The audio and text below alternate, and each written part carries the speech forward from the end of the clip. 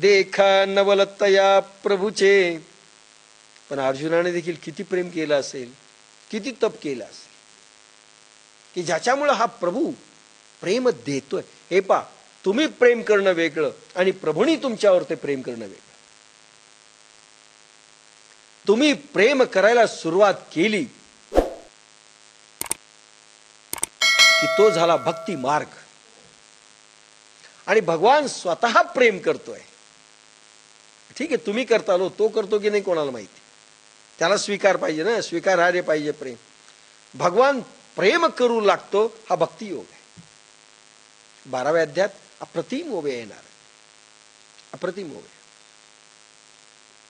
की किती अफाट प्रेम अर्जुनावर होतं भगवंताचं. सुरुवात इथे केलेली आहे.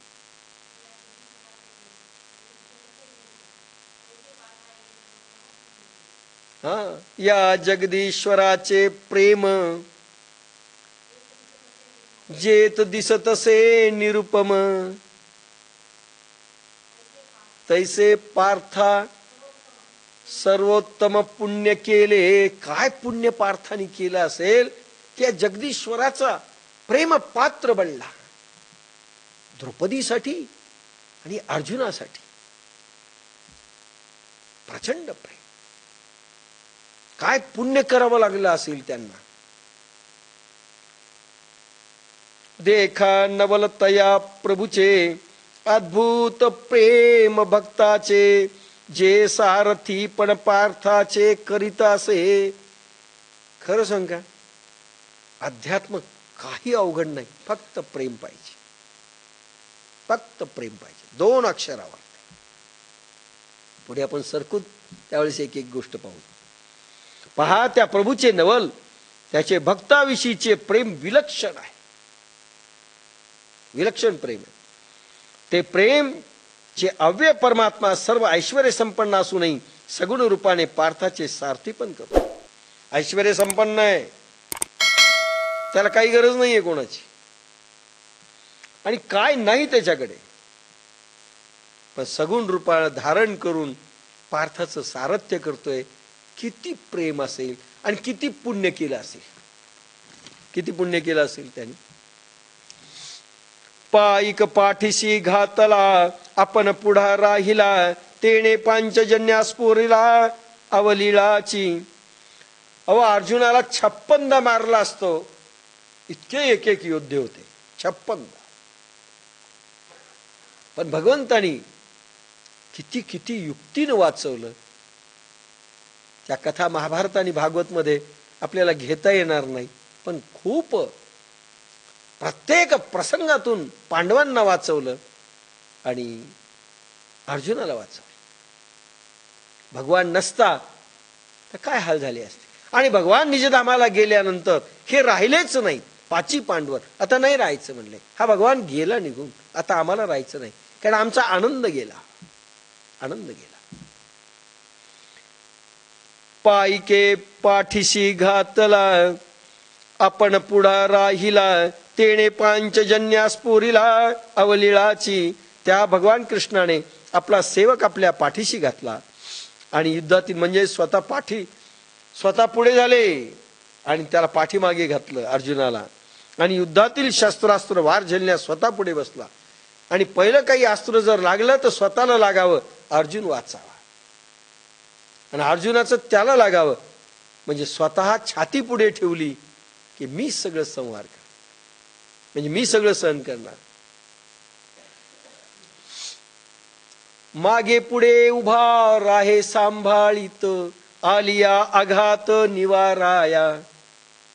तुकाराम म्हणतात, मागे पुढे उभा राहे सांभाळीत, आलिया आघात निवाराया. आपल्या अवतीभोवती तो स्वतः मागे पुढे राहतो की कुठलाही वार आला तर स्वतः सहन करील, भक्ताला नाही कष्ट पडू देणार. त्याला म्हणतात भगवंताचं प्रेम. त्या भगवान कृष्णाने आपला सेवक आपल्या पाठीशी घातला आणि युद्धातील शस्त्रास्त्र वार झेलण्यास स्वतः पुढे बसला.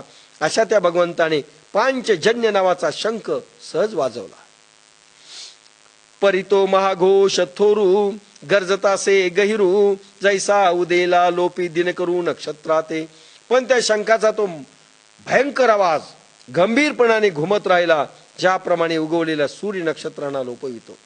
भगवान कृष्णाने फार त्रास घेतलाच नाही वाजवताना. काही लोकांनी फुगवले असतील छाती तोंड, पण सहज वाजवला. पण असा नाद घुमला की सूर्याने थांबावं, नक्षत्रांनी देखील असं लपावं. तैसे तुरबंबाळ भवते कौरव वदळी गाजत होते, ते हारपोणी नेणो केऊते गेले ते. त्याप्रमाणे कौरवांच्या सैन्यात चोहीकडे घुमणारा तो वाद्यांचा गजर, तो पांचजन्य शंखाच्या महानादापुढे कुठे लोपला गेला ते कळेना. बाकीचे सर्वांचे वाद्य गजर आणि सगळे शंख लोपले, कारण भगवंताचा पांचजन्य इतका मोठा आवाज झाला. तैसेच देखे ये रे निनादे आती गजरे देवदूत धनुर्धरे अस्फुरिला. त्याप्रमाणे त्या अर्जुनाने अति मोठ्या आवाजाने देवदत्त नावाचा शंख फुंकला. अर्जुनाने आपला स्वतःचा शंख देवदत्त नावाचा फुंकला. ते दोन्ही शब्दाच्या आठ मिणले कविट, ते तर ब्रह्मकटा शतकूट हो पाहत असे. पांचजन्य व देवदत्त ह्या शंखाचे दोन्ही अद्भुत आवाज जेव्हा एकात एक मिसळले, तेव्हा ब्रह्मांडाचे शेकडो तुकडे होऊ पाहत होते असे वाटले. इतका आवाज घुमला, दोघांचा शंख एक झाला, अर्जुनाचा आणि भगवंताचा. तव भीमसेन विसनेला जैसा महाकाळ खवळला, तेने पोंड्रा स्फुरिला महाशंख. त्यावेळी वीरतेचा आवेश चढलेला भीमसेन महाकाळासारखा खवळला आणि त्याने आपला पौंड्र नावाचा महाशंख फुंकला. भीमाने देखील महाकाळ घाबरावा असा महाशंख पौंड्र नावाचा फुंकला. तो महाप्रलय जलधर तैसा गडगडीला गहिर, तव अनंत विजय दृष्टीरा स्फुरितासे. त्या पौंड्र शंखाचा आवाज सृष्टी सहायच्या संवाराच्या वेळेस मेघांच्या गडगडासारखा गंभीर असा झाला. तेव्हा धर्मराजाने अनंत विजय नावाचा शंख फुंकला. सृष्टी कशी लयाला जाते भगवान सांगत चाललेले ज्ञानेश्वर, की मेघांचा प्रचंड गडगडाट होतो, त्याप्रमाणे सृष्टी लयाला जाता वेळी जसा आवाज होतो तसा ह्या शंखाचा आवाज होता भीमाच्या. नकुळे सुघोष सहदेवे मणिपुष्पक, जेणे नाद्यांतक गजबजला ठाके. नकुलाने सुघोष नावाचा आणि सहदेवाने मणिपुष्पक नावाचा शंख वाजवला. त्या नादाने यम देखील घाबरून अवाक राहिला. 17, 18, 19 काश्यश्च परमेश्वास शिखंडी च महारथः, द्रष्टद्युम्नो विराटश्च सात्यकीश्च पराजिता. द्रुपदो द्रौपदेयाश्च सर्वस्व पृथ्वीपते, सोभद्रश्च महाबाहु शंखान्दद्मौ पृथक् पृथक्. सघोषो धातराष्ट्राणां हृदयानि व्यदारयत्, नभश्च पृथ्वी चैव तुमलो वेणुनादयन.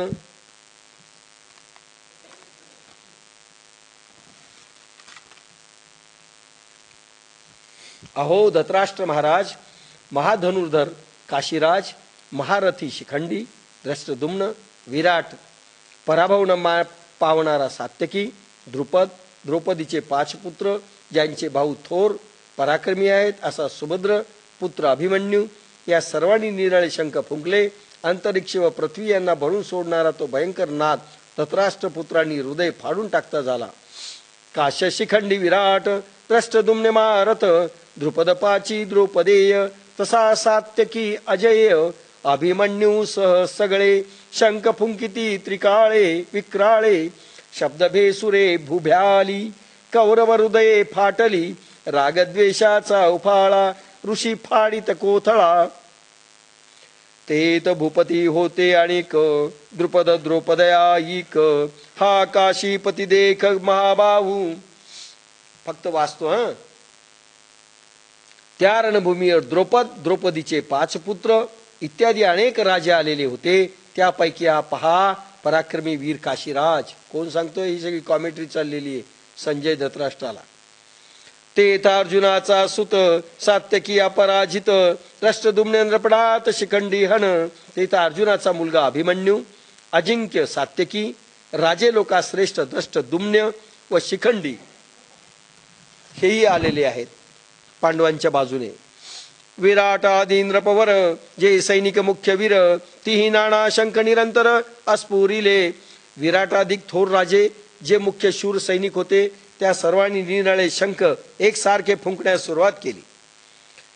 तेणे महाघोष निर्धाते शेष कुर्मावचिते गजबोजोनी भूभाराते सांडू पाहती. त्या शंखाच्या महाध्वनीच्या आघाताने शेष व कुर्म हे एकदम घाबरून पृथ्वीचे ओझे टाकून देण्यास तयार झाले. म्हणजे पृथ्वी देखील त्या फ्रिक्वेन्सीनं हादरली. ते तिन्ही लोक डळमळीत मेरू मंदार आंदोलित समुद्र जळ उसळत कैलासवरी. त्यामुळे तिन्ही लोक डळमळू लागले. मेरू व मंदार हे पर्वत हेलकावे खाऊ लागले व समुद्राच्या लाटा कैलासापर्यंत उसळल्या. सुनामी लाटा उसळायला लागल्या. पृथ्वी तळउलतो पाहत आकाशासे असुडत ते तसडा होत नक्षत्रांचा. पृथ्वी पालती होती की काय व आकाश कोसळते की काय, त्यामुळे नक्षत्रांचा सडा पडतो की काय असे वाटले. सृष्टी गेली रे गेली देवा मोकळवादी झाली. ऐसी एक टाळी पिटली सत्यलोकी. सृष्टी बुडाली रे बुडाली, देवांना निराधार स्थिती आली अशी ब्रह्मलोकात एकच ओरड झाली. देहाची दिन थोकला तैसा प्रलय काळ मांडला. तैसा हाकार झाला ती लोकी. सूर्य दिसताच दिवसाच थांबला व ज्याप्रमाणे प्रलय काळ सुरू व्हावा त्याप्रमाणे तिन्ही लोकात हाकार उडाला. ते देखोनी आदी पुरुष विस्मित म्हणे जणे होय पा अंत. मग लोपविला अद्भुत संभ्रमतो. ते पाहून अव्यय परमात्मा भगवान श्रीकृष्ण विस्मित झाले आणि कदाचित सृष्टीचा अंत होईल असे मनात आणून त्यांनी तो आवेशयुक्त विलक्षण शंखनाद शांत केला. इतके शंखनाद पसरले आणि भगवंताचा शंखनाद स्वतःच भगवंतानी थांबवला. त्याचं कारण आत्ता शंखनादानी सृष्टी संपते की काय असं वाटायला लागलं. म्हणून विश्व सावरले एरवी युगांत होते ओढवले. जे महाशंका स्फुरिले कृष्णाधिकी. म्हणून जग वाचले, नाहीतर श्रीकृष्णाधिकांनी जेव्हा महाशंख फुंकले त्यावेळी युगाचा अंत होण्याची वेळ आली होती. काय असतं, एक सृष्टीचा नियम आहे. एका घंट्याला 60,000 किलोमीटर पृथ्वीचा वेग आहे. एका घंट्याला 60,000 किलोमीटर. इतक्या वेगवान पृथ्वी, वेगवान ब्रह्मांड, सगळं वेगात आहे. अणुरेणू वेगात आहे. त्याच्या त्या फ्रिक्वेन्सी मध्ये हे शंखनाद दैवी शंखनाद होते ना. त्यांच्या आवाजाच्या लहरी जर वाढल्या तर ह्या फ्रिक्वेन्सी मध्ये गडबड होणार होती आणि एकदा का गडबड झाली तर सृष्टीचा विनाश होऊ शकतो. म्हणून थांबवलं भगवंतानी स्वतःच्या पावरने शंखनाद की नाही अजून खूप पुढे सरकायचंय. तो घोष तरी उपसंवरला परी पडिसाद होता राहिला. तेने दळभार विध्वंसीला कौरवाचा. तो शंखनाद तर थांबला पण त्यांचा जो प्रतिध्वनी घुमत होता त्यामुळे कौरवांच्या सर्व सैन्याची गाळण उडाली. शंखनाद थांबला. अजून जर पुढे सरकाला असता, भगवंतानी अजून लांबवला असता तर प्रलय काळ आला होता. पण भगवंतानी थांबवला तरी त्याच्या प्रतिध्वनीने कौरव सैन्य गर्भगळीत झालं. जैसा गजगटात सिंहलीला निदारित तैसा हृदयाते भेदित कौरवांची. जसा हत्तीच्या कळपाला सिंह सहज फाडतो त्याप्रमाणे त्या प्रतिध्वनीने कौरवांची हृदय फाटली. तो गाजत जव ऐकती तव उभेची हे घालिती. एकमेका ते म्हणती सावध रे सावध. तो घुमत असलेला प्रतिध्वनी जेव्हा ऐकत होते तेव्हा उभे असतानाच हृदयातून त्यांचे धैर्य गेले आणि एकमेकास म्हणू लागले, अरे सावध व्हा, सावध राहा, सावध राहा. सांगता येत नाही. हा शंखनाद विचित्र आहे.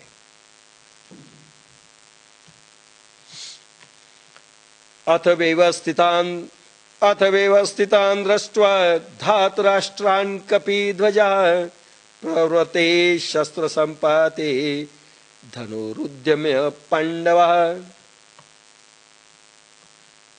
नंतर अहो महाराजा कपिध्वज, पंडुसूत्र अर्जुन, दुर्योधनादी कौरव सैन्य व्यवस्थित उभे राहून त्यावेळी शस्त्रे सुरू होण्याचा प्रसंग आला असता गांडीव धनुष्य वर उचलून श्रीकृष्णाला हे वाक्य बोलला.